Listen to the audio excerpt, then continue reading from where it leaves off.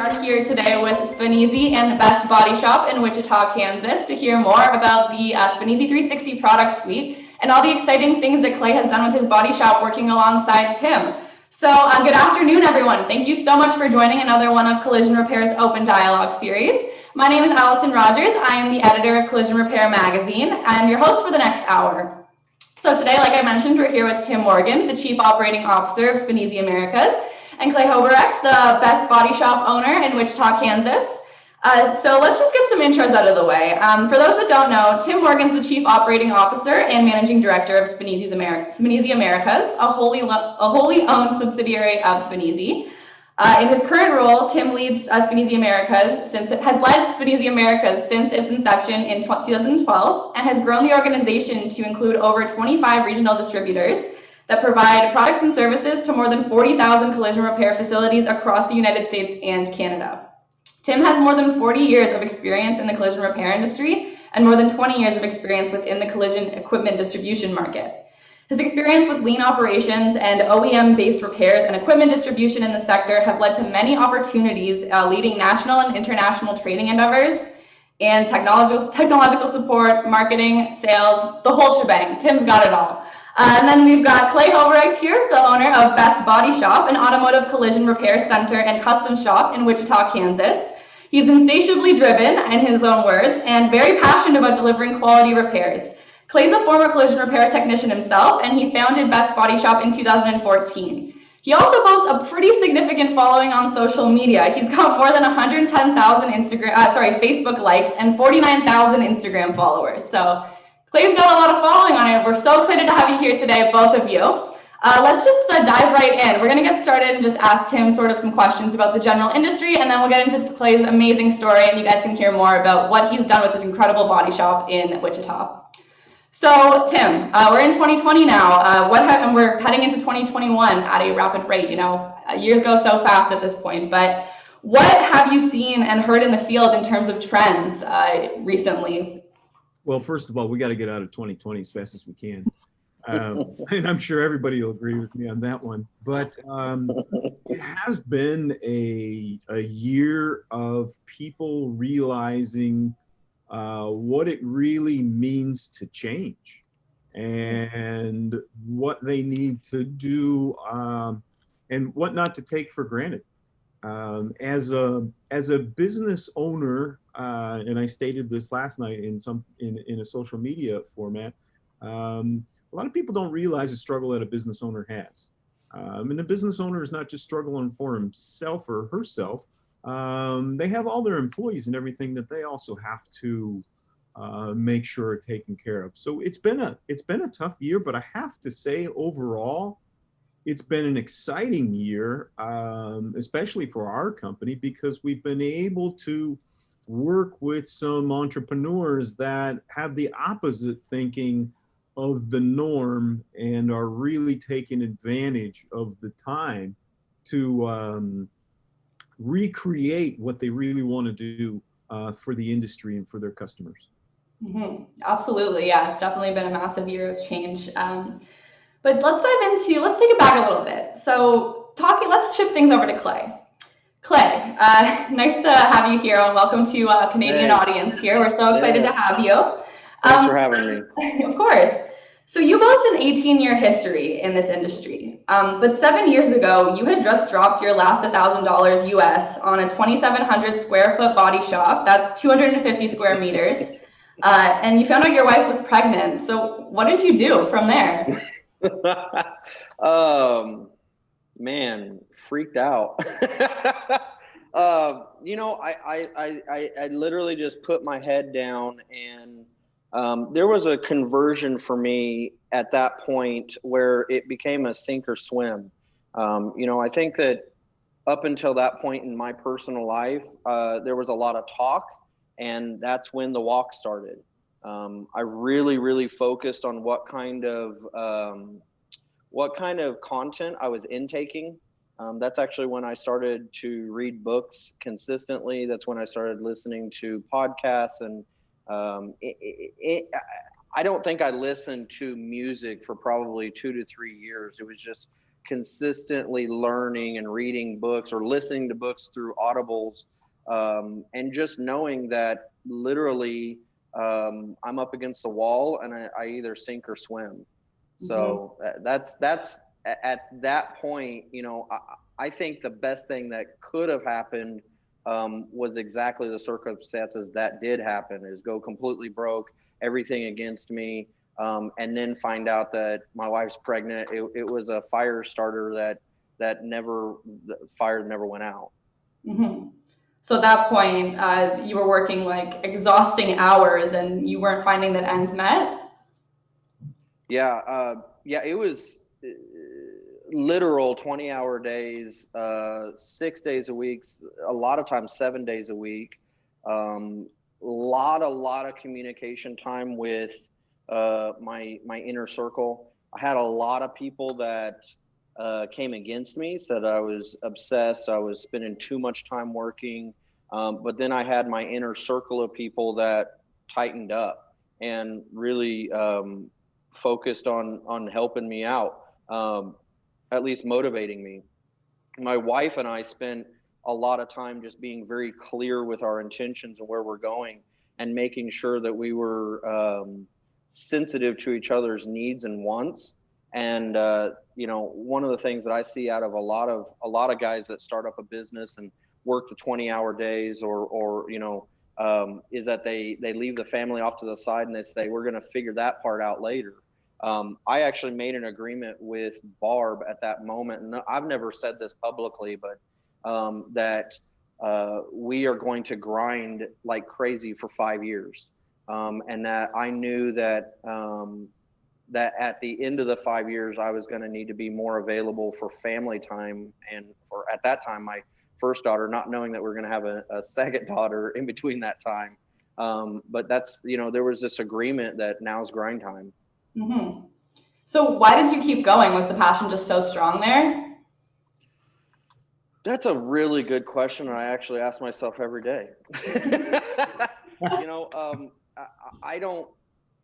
This morning, I get up at 5 o'clock in the morning and I come down to the shop, and one of my employees, Blake, came in here, and we're talking about the next steps. Blake's kind of came in as almost a partner in the shop, and we're talking about the next steps, and we're actually identifying whether this drive, this hunger that can't be quenched, is whether we're born with it or if it's something that can be trained. So I don't, for me, it's ingrained. I literally, money wasn't motivating me as much. It was just winning, just wanting to get somewhere, wanting to establish something, wanting to not lose. Mm-hmm. So how did you eventually come to the decision to scale up? Oh man, that's a good question. I think that from day one, like, we're consistently reimagining what success looks like. Mm-hmm. And for us, as there was something that changed probably about 2 to 3 years into running my shop, and that is I actually started to learn how to repair cars correctly. And that's, I think a lot of people that are in the industry can identify, and if they can't, then they're probably lying to themselves, that a lot of our industry we just do what we've been told and just do what everyone else is doing for so long. But once your eyes are open to the correct and proper repairs, and in how little of people are actually focused on that and actually doing it, it creates a whole nother desire, fire, drive. And that's where I kind of got the feeling that the only way for me to feel any kind of level of success in that is if I scale that to multiple locations. Mm-hmm. I think that part of my motivation, and I've actually talked to a couple different people about whether this is good or not, but I'm actually driven more by taking down a bad guy than I am actually succeeding myself. And so as my eyes got open to, the way consumers are being treated and the way that cars are being repaired is incorrect, and then the inability of people wanting to change, that drove me to sticking my head down and like, okay, well then fine, I'll do it, and I'll put up the multiple locations and make sure that you don't hurt anybody else. Mm-hmm. So the mission for you is just delivering those quality, correct repairs. yeah, absolutely. I mean, I personally want to see our industry change. I mean, I don't want to see the option of hiding a bad repair behind a customer's back available anymore. I mean, we have the phenomenal tools and equipment and training out there. We have social media now.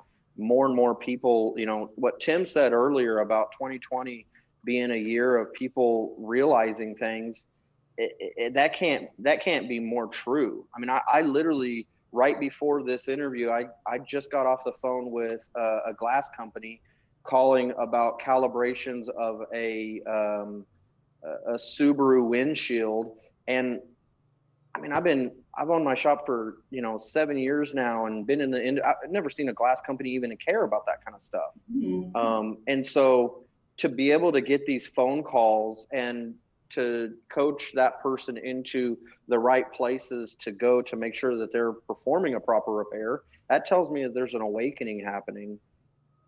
Absolutely. Yeah. Well, that's a great sign.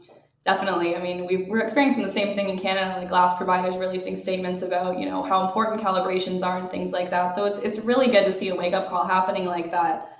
If we can rein it back into, I mean, in terms of your shop and scaling up, when you scaled up, like I remember you called it like a chicken coop, the kind of shop that you had before.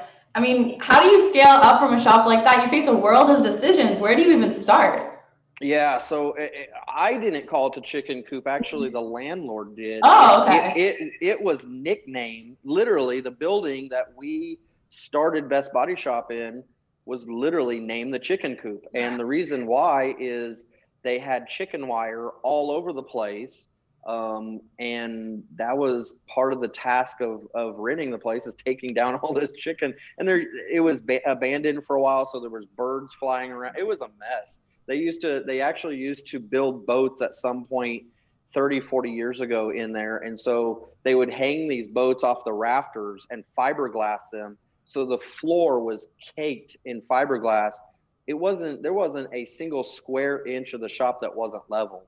Wow. So the how we scaled was, luckily I naturally have a mindset for organization and planning. And so when we went into the shop, obviously I'm making lists all the time. In fact, if you would have came in 2-3 years ago into my office, you'd see almost a scene out of Beautiful Mind, just paper taped everywhere. And I had all these ideas. But the number one thing was, what do I need to do to repair cars correctly and do my job? So, I actually bought new paint guns before I even bought my first computer. I bought, equipment that involved repairing the car before I even bought a desk. We used a 1950s school desk that the landlord left for us. And that was just our desk. So the scaling was, what do I need to do my job? What do I need to do my job correctly? And then we started moving into, and I always had a list of like, the kill list of equipment and tools that I needed, the next thing. And of course, doing the math of what that's going to, how we're going to pay for those tools and what they're going to yield us in return, benefited, how it lined up in that list. Mm-hmm. So how did you first, you talk about these wish lists sort of like products and stuff. Was Spanesi ever like a company that you considered working with, or was it just sort of everything fell into place? And we'll take it back to Tim to hear his side of this after. Yeah. So it all started with auto damage experts. Tim knows Barrett Smith. I contacted Barrett Smith, and he's a coach. And whenever I started to learn how to repair cars correctly, and I found out some of the insurance battles that happen whenever you decide to repair cars correctly, he introduced himself as a coach, and I wanted to hire him. And the first question that he asked is, he said, "Do you have a spot resistance welder?" I said, "No." And he goes, "Do you have a scan tool?" I said, "No." "Do you have a 3-dimensional measuring system?" I said, "No." And I mean, he just kept going down the list, and then he ended up saying, "You can't hire me then." And I said, "Well, what what do I do?" And he goes, "Well, I'm gonna help you out until you can." And so I started searching out after companies, um, for these tools, and started trying to figure out what tool I needed first. And my idea was, I wanted a company that thought like me. I wanted a company that, very similar to my estimating software or how I pick anything, I want a partner that has the same idea that I do for the industry. Again, I knew the industry was changing, and I wanted to make sure that on that curve, we were going to be in the same vehicle 10 years from now. I quickly found out that a lot of companies and I did not think alike. The second thing that I really wanted is, I wanted to pick up as many tools as I possibly can, or pieces of equipment, from one place. When I met Tim, both those, it was right off the bat. I mean, every single piece of communication that we had, every conversation we had, we were in complete agreement with where the industry is going and what needs to happen to change it. And then come to find out, he started talking about this 360 concept, and I'm like, "What are you talking about?" And he essentially said, "Dude, I literally can handle every aspect of your business." I was skeptical. I was like, "Okay, so you have some tools that are good and some tools that are bad, but you can do it all." And quickly found out that no, I found out what the 360 concept is, and that's literally, Tim came in and helped us map out where our stalls are, how our shop flow is, what equipment we need, how we're going to pay for it. He even sourced the financing for us. I mean, it was tremendous. In fact, right before we jumped into this interview, he was just asking about our benefits. He found the person that helps us with our benefits in our company. It's true. I can confirm that was happening before this call. And Tim, when you first saw Clay starting his business and wanting to scale up, and what did you think? Like, how did you step in and help him? Well, it all goes back to probably how I started in the industry. When I wanted to go into collision repair in high school, my guidance counselor said, "No, you're too smart for that. You need to go do something else." Wow. My parents had to force the school to let me into the collision repair program. By the time I was 21, I was running my own business with a body shop, mechanical shop, and a towing company. And I got burned out because I couldn't keep up with the technology changes. I went into education for a few years and then got into the equipment business. And one of the things I always tried to do since I've been in the equipment business is, I want to be there for people. You may not buy something from me today. I'm not a salesperson to begin with, but I want to support the industry, whether it's a school, whether it's a technician, a shop owner, any way we can. And with Clay, we bounced a lot of things off of each other long before I even went to meet him. I remember one of his Facebook posts, and I think that's when we started to narrow in a little bit closer, because he realized I had a sense of humor. Was he was complaining about a customer, and I said, "Well, maybe if you shaved your beard, and it wasn't long after that, the private messages really started flowing back and forth, and we found out that we have the same common goals, and we just got to figure out how to get there. And sometimes within your own organization, and I do it even here, is you need to think outside the box, and you need somebody from outside your box to look in to see if you can do it. It's extraordinarily intimidating, finding out that you have $500,000 worth of equipment that you need to pick up. And when you're running a shop that you're just barely skimming by and doing bumper jobs and friends and family and trying to figure out, well, A, I either have to just shut this thing down and stop it now, or B, I have to get all this equipment. There's not a whole lot of people in our industry showing how to go from step 1 to step 100. And yet we all know that step 100 is where we have to be. Anything other than that is improperly repairing cars. Tim helped me identify some of those steps and made it palatable. So how did you guys take Best Body Shop from, like you're saying, step 1 to step 100? How did I? Yeah, how did you guys do that? What did you guys add in? What was the process to sort of scale up with Spanesi? Never sleeping. Well, I think one of the first things was I pulled when I heard he was interested in a resistance welder. I put one in the trailer and I went there. You went there. And we sat down, and that's when he was in the chicken coop or in building 1. Yep. Then I don't think I even had the electricity to be able to run the thing. No, I don't think you did. I had to bring an electrician just to bring wire in to be able to run the welder. I'm thinking 12 steps ahead there. But then he also turned around and said, "Hey, I have this other opportunity. Take a look at this with me." And we walked in the building next door, and then we sat down and we did the math, because you always have to do the math. And I'm like, "Can you do this?" And he's like, "I think I can." I'm like, "Well, if you can do that, we can do this." And we've rolled with it, and we're not to step 100 yet. No. We're not even. Well, I would say we're at step 100, but now we're looking at another 1,000 steps. I mean, I want 6 locations in Wichita, and I want to have a repeatable model that can be reproduced. I mean, something that this industry is dying for, that is hungry for, is a process, is a new process of how to repair cars without getting in bed with an insurance company, or how do we, there's just so many things that are up in the air. And right now we're focused heavily on creating a repeatable process that is conducive for all relationships involved, and still be able to yield a repair, or a quality, correct repaired vehicle.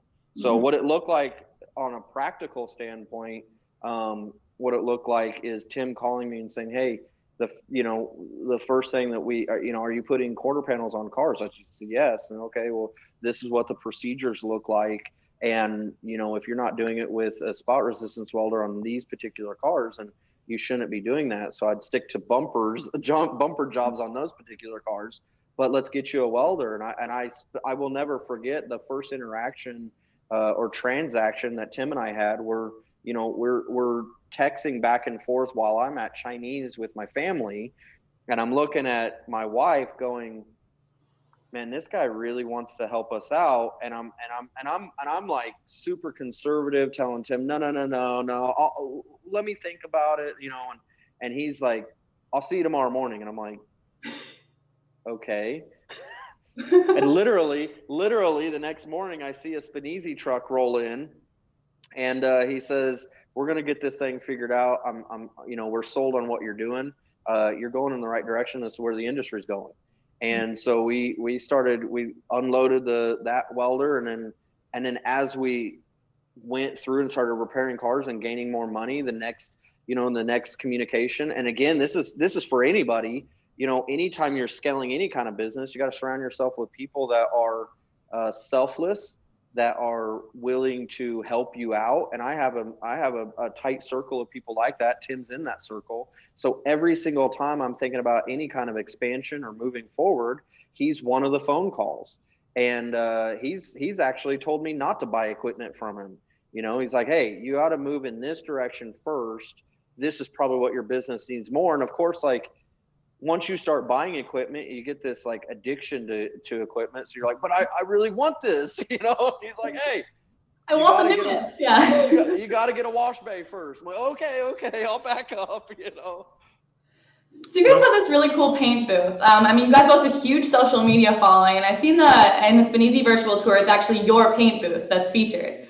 Could you tell us a little bit more about that custom paint booth and sort of the whole, what's so special about it? I think it's so cool. Well, I mean, one of the things that we're really, really known for, and we boast it all the time, is that we're the most transparent shop in town. And I've actually started saying we're the most transparent shop in the nation. We do live videos in the paint booth. We do live in the shop. I'm consistently doing live videos on Facebook on the way home.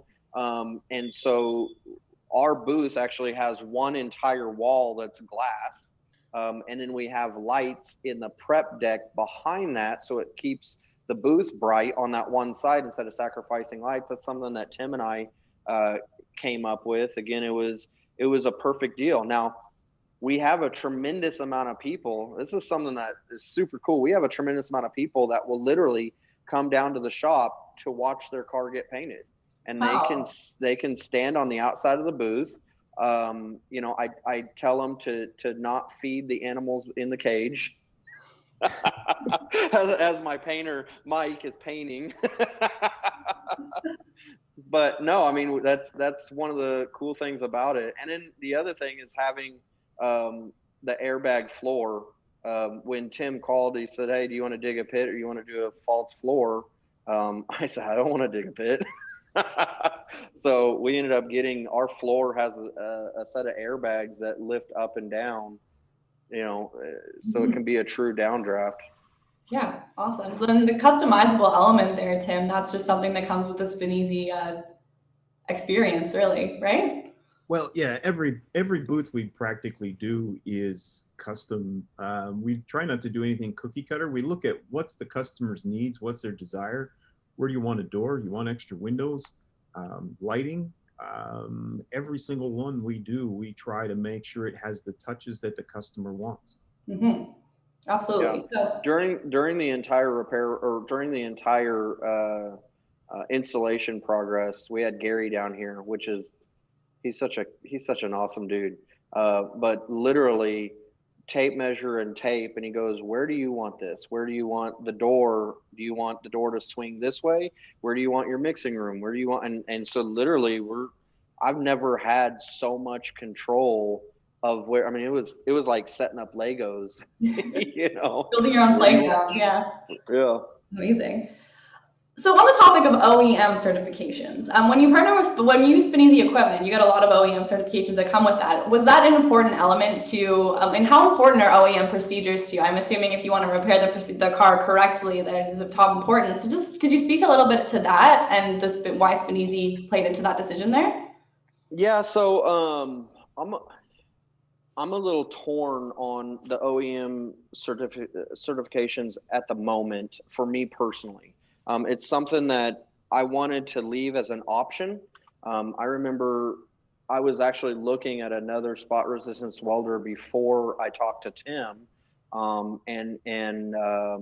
I literally, I was ready to purchase this tool. And then I found out that it did not have the same amperage and bite pressure that is required by the majority of the manufacturers. So I to be certified, I would not be able to use that tool. But even more importantly, to be able to repair a car based on the manufacturer's guidelines, I wouldn't be able to use that tool. Mm-hmm. So it might be able to produce a weld that looks like a correct repair. But again, we're not doing aesthetics repairs as much as we are, you know, structurally making sure the vehicle has crash worthiness. So I love the ability that I have, that if I wanted to go down that road, I can. Mm-hmm. I imagine at some point we probably will. And I think that the reason why I'm torn is I think that the majority of the industry is looking at OEM certifications as if it's a silver bullet or a knight in shining armor to come fix the day, you know, fix all the problems. We consistently as an industry, not to be too controversial, but we're consistently fighting about what we can get paid for and what we can't, and what's, you know, and how to keep the doors open with an insurance company that essentially wants to keep the money in their pocket more than repair the car correctly. And I think what we see out of a lot of our industry is they think that, oh, if I get OEM certifications, all that fight goes away. That's where I'm different, or I'm indifferent about it. That I think that the only thing that is going to combat any kind of this behavior is educating your consumer and actually knowing how to repair the car correctly. I know beyond a shadow of a doubt that Tim and I are in agreement with that. That's the first and foremost. Now, how you actually move forward with your business is selectively. I mean, you need to know your business well enough to know it's good for your business. You know, I just got off the phone with a buddy of mine in Colorado that was pretty radically against OEM certifications, and now he's actually going after them. He found out that, you know, in my business with my customer base, this is something that's important. And again, if you go after it for the actual training aspect of it, then I think that more power to you. If you're going after it to somehow get business or somehow, you know, create a less of a fight in your business, then I would say learn how to repair the car first. That's more important than a plaque that sits on the wall. Absolutely. So I know you guys probably can't share too much, but you guys have an exciting partnership going here. What's next? Well, he did mention up to 6 locations in the future. Wow. Very exciting stuff. Well, thank you so much for that the interview portion there. We're going to jump into some Q&A. So if anyone has any questions, make sure to put them on the Facebook chat or in the Zoom chat here. But let's just get started. Clay, I'm interested to know, on top of your goals that you have, you know, for repairing the customer's vehicle correctly, you know, taking care of the customer, what are some other goals that you're trying to work on right now? Other than, you know, like adding the 6 shops, which is a pretty hefty one, but Yeah. So right now, as of last night, Blake and I have a goal to hit $200,000 in sales a month without Blake and I's involvement. And what I mean by involvement is direct, a part of the production. Right now, Blake and I have found ourselves catching whatever falls.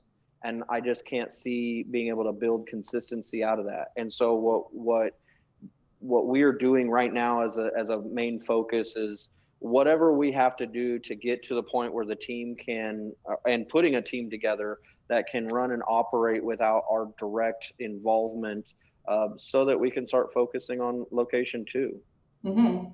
Exactly, kind of making a self-sufficient shop so you can focus your attention elsewhere. Awesome. Other shops. All right, so let's see what we've got. We've got a couple comments coming into the chat here. So we've got a comment here from Matt Radman said, yep, you're absolutely right, Clay. Wrong is wrong, even if everyone's doing it right, and even if no one is doing it.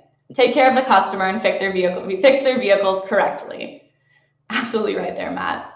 Yeah, and then another comment from Matt said, Tim is an industry leader for helping collision repair shops provide the very best for collision repair. He's got a nice pat on the back there for you, Tim. And we've got Dave Lure as well. He says, great stuff, guys. Thanks, Dave. We're big fans of your show over here, too.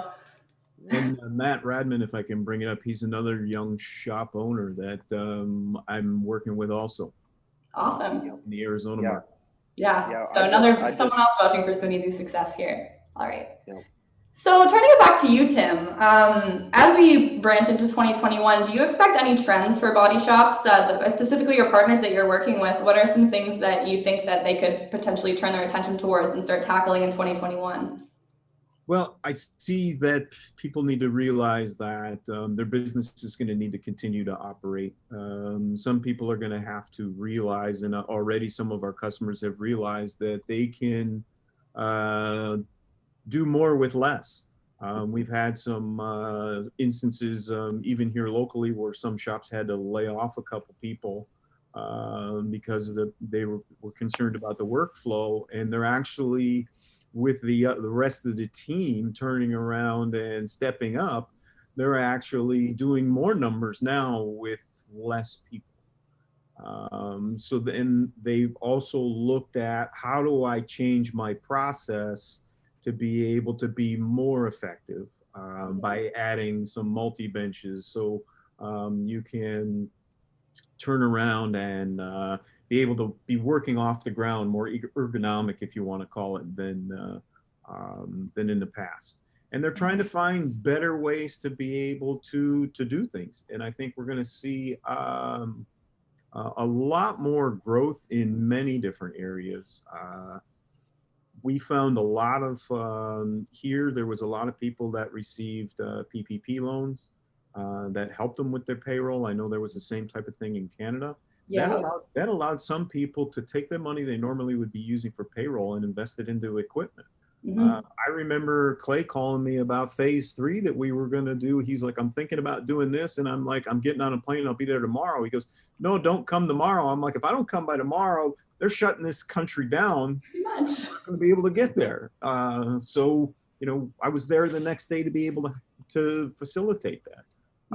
Right now, I'm turning a grocery store here near Chicago into a collision repair center and a furniture store into a collision repair center. So we're looking at every different avenue, and it is more than just us selling a piece of equipment or servicing a piece of equipment. We call every one of our customers family, and we try to treat them like that. So we want to make sure that, as Clay, one day he's talking to me about benefits. And I was like, well, I got a benefits guy. Let me just have him call you. You need a payroll company? I got a payroll company for you too. You need an accountant?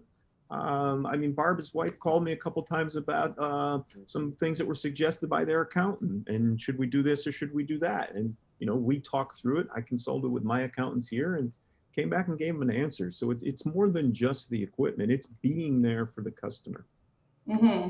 Absolutely. Equipment and training, I think all of that plays I was going to bring it up if you didn't, but I figured you were heading in that direction. But equipment is just such a huge part of them. I think so many people about their face and worry about the situation that's going on right now versus, keeping up with training, equipment, and things like that. And we as a magazine have really been trying to push that. I mean, we had our training directory come out. We've got our buyer's guide coming out soon as well. And we're really just trying to push, this is what you guys need to focus on right now. Shop owners are overwhelmed right now, and they're really just some of them just trying to keep the doors open. So honestly, they need someone else to to be able to help them, that they maybe a sounding box or something to be able to talk through some things, and we try to do it all the time. Go ahead. Here in the U.S., I helped 7 companies file for their PPP.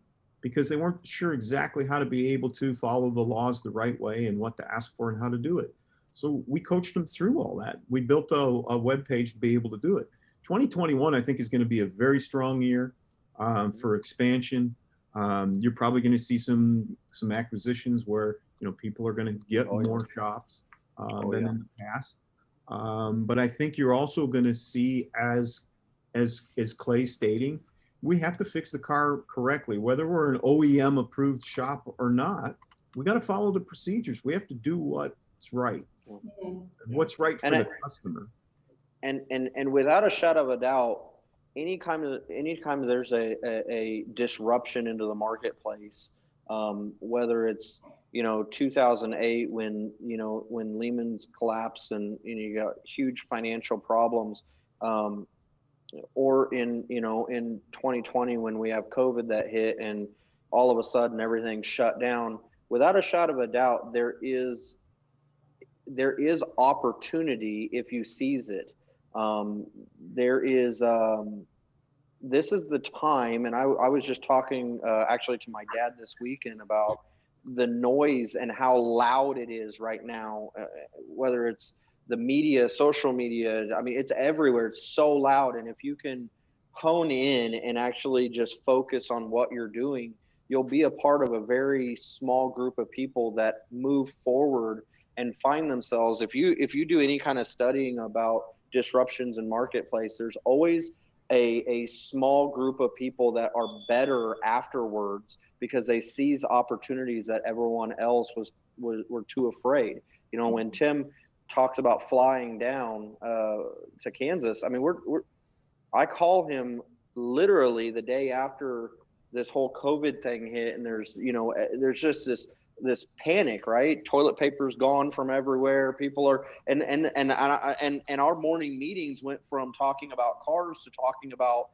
man, is this the end of the world? What's going on? But there were a few of us that said, man, this is an economic opportunity to push forward. And listen, if the world's going to end, at least we were on the forward push And that's, Tim was in complete agreement, so much to the point where it's like, I'll see you tomorrow. And I'm like, what? Because, dude, the airplanes are going to get shut down pretty soon. If I don't come out now, and so we went for a mad dash, and we shut our shop down for 40 days to do a complete remodel that I think personally, we wouldn't have been able to find the time for years to be able to do this kind of a remodel. And because of because of our opportunity, or the ability to see this as an opportunity, is what made the difference. Mm-hmm. It's very strategic. Yeah. Like a lot of people, I mean, closing down your shop for a whole month, that idea of that is absolutely terrifying to some people. But I mean, when you take advantage of opportunity like that, it makes perfect sense. So Yeah. we've got a question here. It says, forget 2020. How do we make 2021 a growth year for my facility? As shop owners, we are overwhelmed, and with everything going on, how do I even start getting things sorted out? Do you guys have some tips for them there? Well, I think the first thing you need to do is you need to look at your customer, and then you need to look at the car count in your territory that you're in. You need to look at what type of cars are being repaired. And those are the things that you need to focus on. How can I repair those cars correctly? And what do I need to be able to do it? Even in Clay's instance, when I first went to meet him, he had some equipment there. It was just the wrong equipment. Some of it he was sold with a guarantee of certain things that he never received. So we had to work through that, trying to get rid of some of his equipment to be able to get him in go in the right direction, I guess. Mm-hmm. Yeah. So 2021, not just for shop owners, but for anybody, there's two things that need to happen. Number one, you need to be nimble.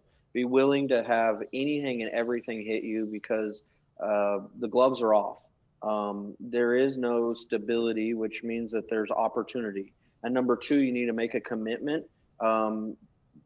That's what my wife and I did when Tim was my third conversation. My first one was he was the second conversation. My first one was with my wife, and we went and we made a decision.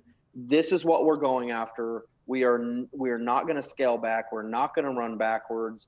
And we made that commitment. And then no matter what, we did whatever it takes to meet that commitment. And I'm going to tell you, everything got thrown at us. I've never been through that 40 days was the most intense 40 days of my life. Talking about financial woes up and down, it was insane. The thing is I was on my toes. I was nimble, ready to move at any moment, and I never gave up on the commitment that I made. Mm-hmm. So buckling down, and like, if you want a goal, you got to get out there and chase it. Yeah. Absolutely. Okay, we've got a question here from Josh Stoez. He says, for question for Clay, what product from Spanesi or what piece of equipment from Spanesi has improved your business the most since purchasing? The paint booths, without a shadow of a doubt. Mm-hmm. I mean, without a shadow of a doubt, that booth is insane. We shot in a $400 or $500 cross draft booth that I bought in somebody's garage. When Tim came in and started seeing some of the paint jobs that we were producing out of it, he said that, was it 95 or 98%, Tim, the dirt? It was pretty high. Yes. Yeah, he said that we were going to be able to eliminate 98% of the dirt that we have in our panels at the moment. And I love Tim to death. I consider him a brother, but I was like, this dude is full of it. Especially when I said you can take your buffer and you can just put it away for a while. Yeah. And we started producing. We got the booth locked down. We got it set up, and we started producing stuff, so much to the point where we used to it literally eliminated an entire step in our process. We used to paint all our parts, then move it to an area that was for wet sand and polishing, then go to assembly. After seeing the parts moved over there and one or two nibs wet sand and polished off, I went, we could do that on the car. We can do that without having to have that entire step, and we can turn that stall into a production stall.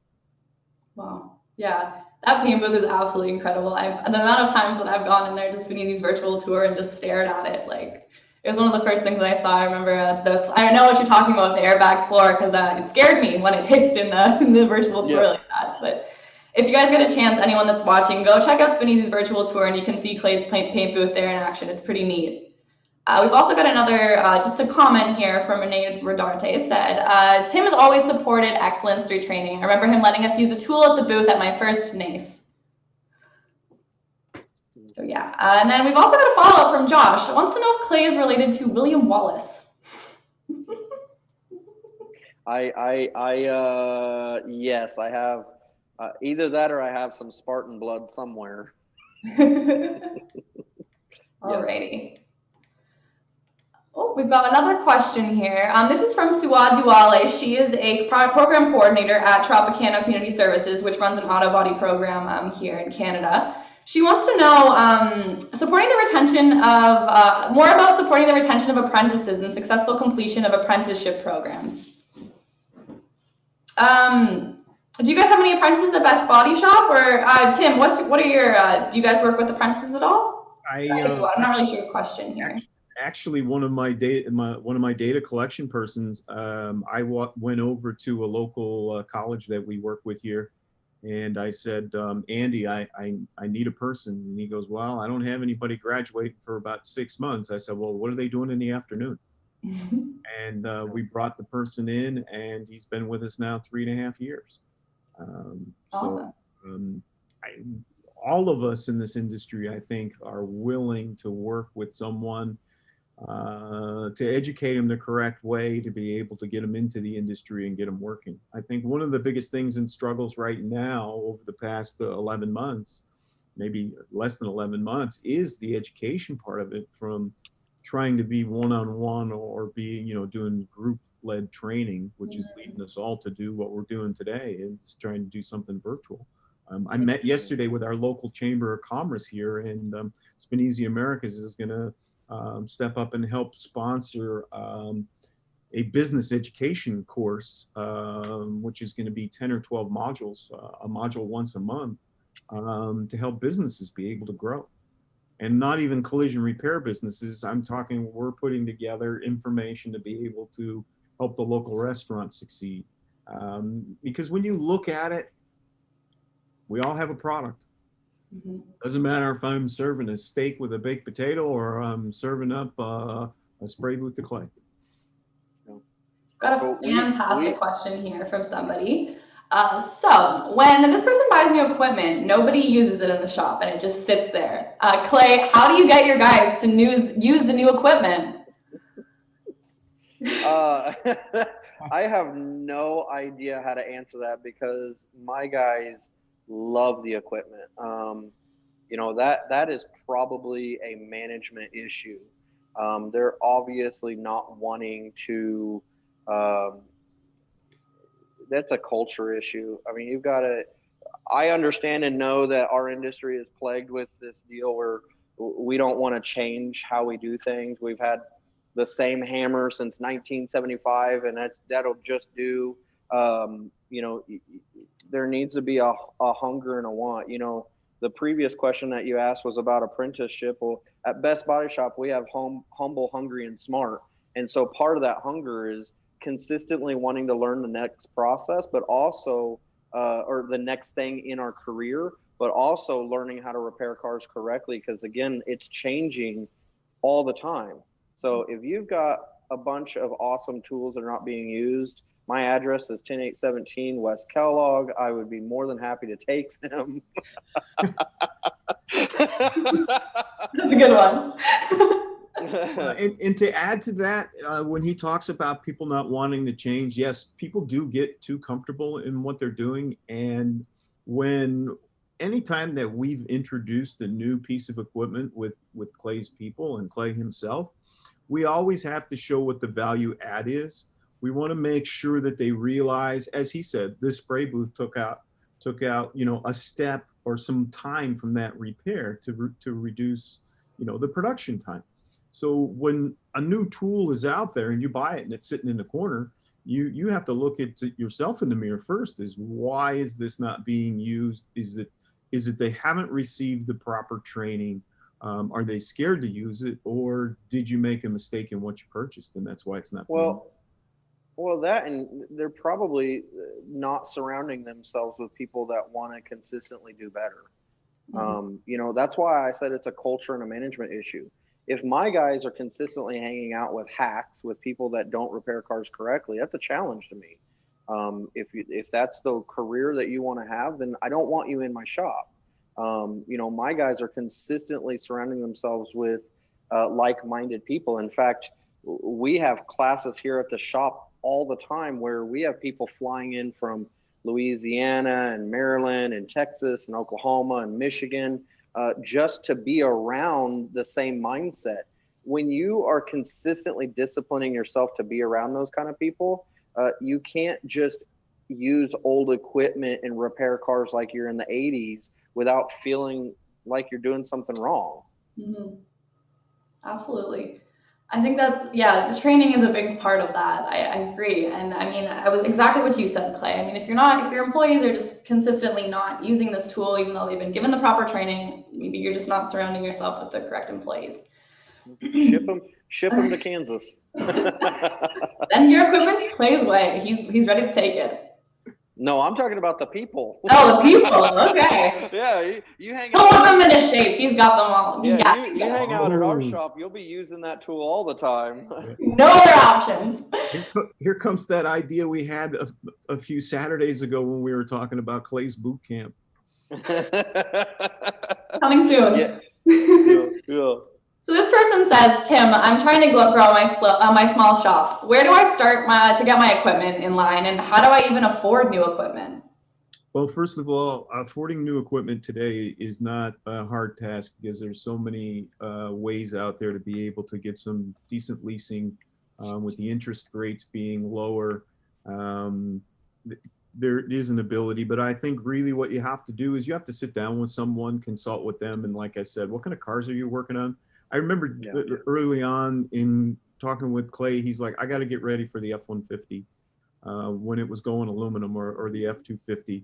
And I said, Clay, let's go in your estimating system first. How many did you fix? Yep. And then how many of those were structural? 0. Okay, that's not an investment you need to make. Yep.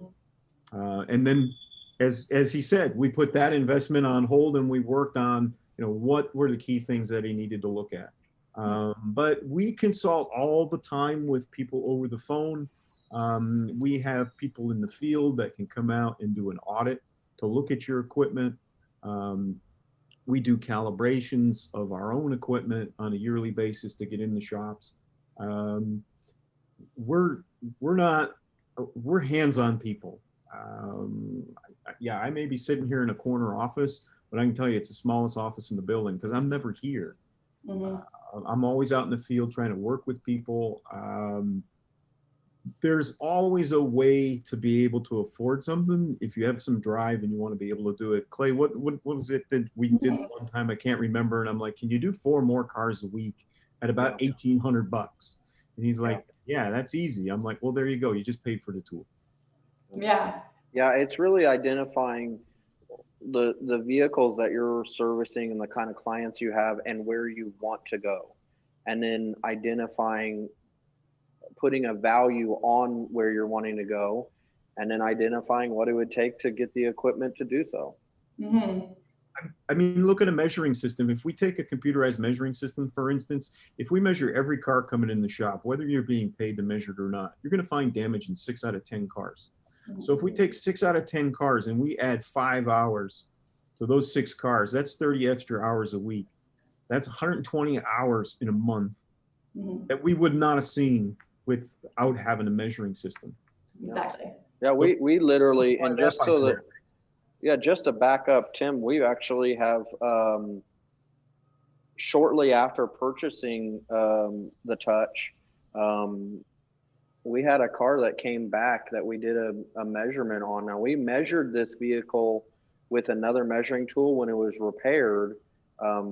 Previously, this customer got into another collision we went to do a measurement and found out that the previous repair that we had, we did not capture the damage all the way. That means that I had a customer out there driving around with a damaged vehicle that I was liable for, that I'm responsible for, because I used the wrong equipment that could not capture the actual scope of damage to the vehicle. Now, luckily, we're honest. We don't hide anything. I called the customer, told them the truth. He made a joke about, thought you guys were the best, and we fixed the problem. He thanked me, and he's still a customer to this day. Mm-hmm. Well, I mean, if you treat your customers well, exactly like your goal says, if you treat your customers well and are upfront and transparent with them, they're gonna see that, and they're gonna be you're gonna retain those customers, basically. But yeah, we're closing in on 3 o'clock here, so get your final questions in now if you've got any pressing questions. But I'll just start to kind of give a brief outro here. If any questions come in, we'll wrap it on up. But thank you so much to both Clay and Tim for your thoughtful insight today. It was amazing hearing your story, Clay. And everyone, like I said, I keep pushing this, but you really need to check out that paint booth and the US Spanesi virtual tour of their training center. And as well as, Clay has a huge social media following on Facebook. Be sure to check out his videos. He goes live every single day. So he does little rants on his drive home, correct? Correct me if I'm wrong, but I've watched a couple of them. Yep. One more question here. Happy Thanksgiving to you guys as well. It's American Thanksgiving this week. Turkey or ham this weekend? Smoked turkey. Both. Awesome. Well, thank you so much, guys. We really appreciate it. We will have this recording up on our site tomorrow morning for everyone to see, and we'll be in touch. Have a great day, guys. Thank you again. All right. Have a good one. Bye. Thanks for watching. This was a Media Matters production. If you liked what you saw, check out our other videos, follow our socials, and subscribe for more.